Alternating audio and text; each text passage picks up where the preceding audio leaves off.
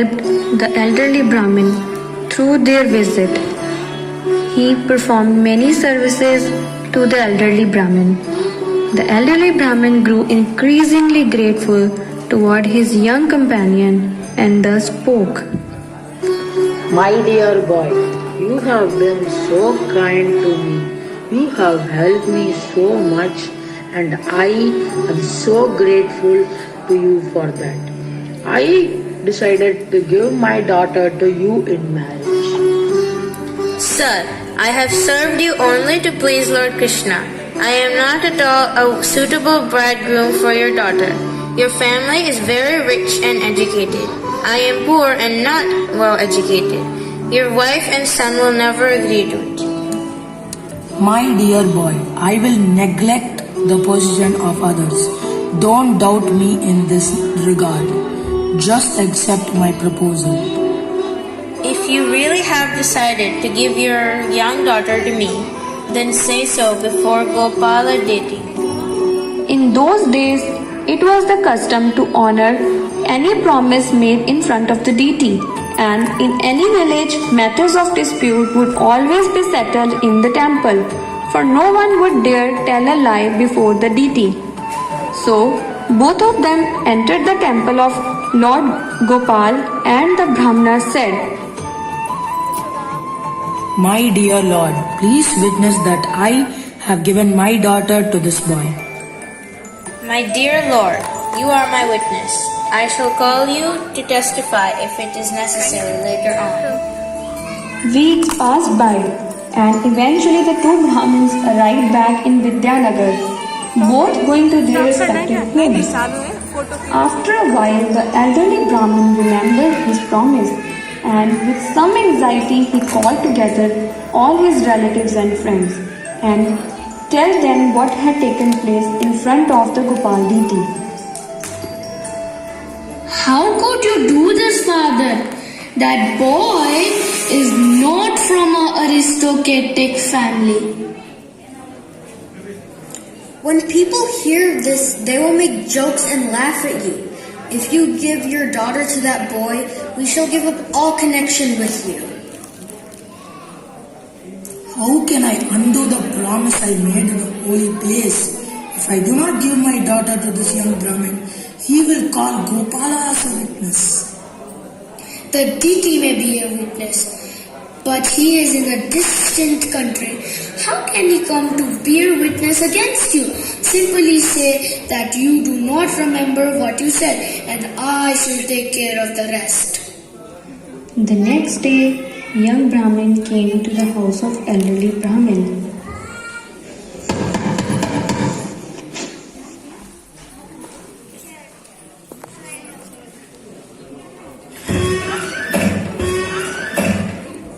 Is Brahmana Shresh here?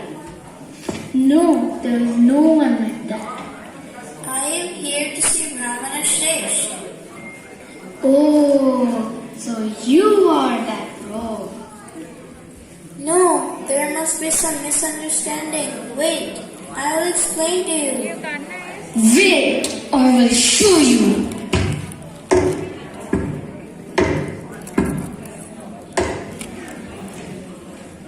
Stop! Please stop! The young Brahmin then called the village people together, and they in turn summoned the elderly Brahmin to their meeting place. What's the matter? This gentleman promised to hand over his daughter to me in marriage. I do not remember anything. While touring various holy places, my father carried much money. Seeing the money, this rogue decided to take it away. He gave my father poison to eat, which has made my father mad. After taking his money, now he claims that my father promised to give him his daughter? I told this gentleman that I was not a fit husband for his daughter, but he insisted. Do you have anyone as witness to this incident? Yes, he made his promise in front of Gopala deity, and I have asked the Supreme Lord to be my witness. If Gopal personally comes to bear witness, then this old Brahman will give his daughter to this young Brahman. Yes. Do you agree to this? Okay. With full faith in Gopal, the young Brahmin started at once for Vrindavan, and upon his arrival, he narrated everything in detail to the deity. My dear Lord, I am not thinking to become happy by getting the daughter as a bride. I am simply thinking that the Brahman has broken his promise and that it is giving me great pain. You are very merciful and you know everything. Therefore, kindly be a witness in the case. I've never heard of a deity walking from one place to another. That is true. But how is it you are speaking to me, although you are a deity? My dear Lord, you are not a statue. You are directly the Supreme Personality of Godhead, Lord Krishna himself. Okay, I shall walk behind you and come. Do not try to see me by turning around. As soon as you see me, I will stop in that very place. You will know that I am walking behind you by the sound of my ankle bones. Cook 1 kilo of rice daily and offer it to me. I shall eat that rice and follow behind you.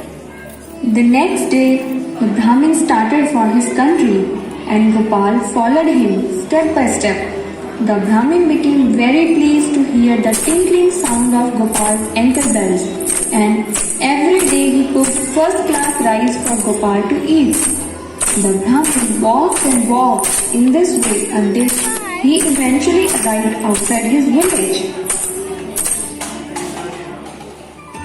By the divine arrangement of the Lord, the tinkling sound of the ankle bells of the Lord stopped, although the Lord was walking. The young Brahmin became doubtful. The anxious Brahmin turned around and looked back.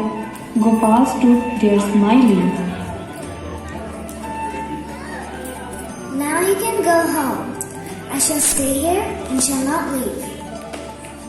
I shall go to my home and tell all the people that the witness has arrived. When the townspeople heard of Gopal's arrival, they were struck with wonder.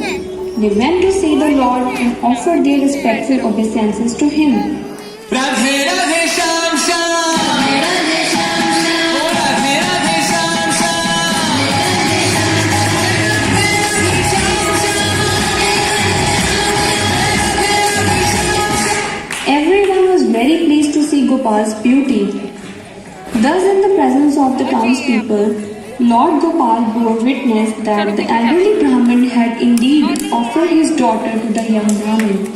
Soon afterwards, the marriage ceremony was duly performed. When the king of that country heard of this wonderful story, he also came to see Gopal and constructed a nice temple for the Lord. Although sometime later the deity of Lord Gopal was moved from Vidyanagar to the town of Cuttack in Orissa, he is still visible for all to see and is famous as Sakshi Gopal, the witness Gopal.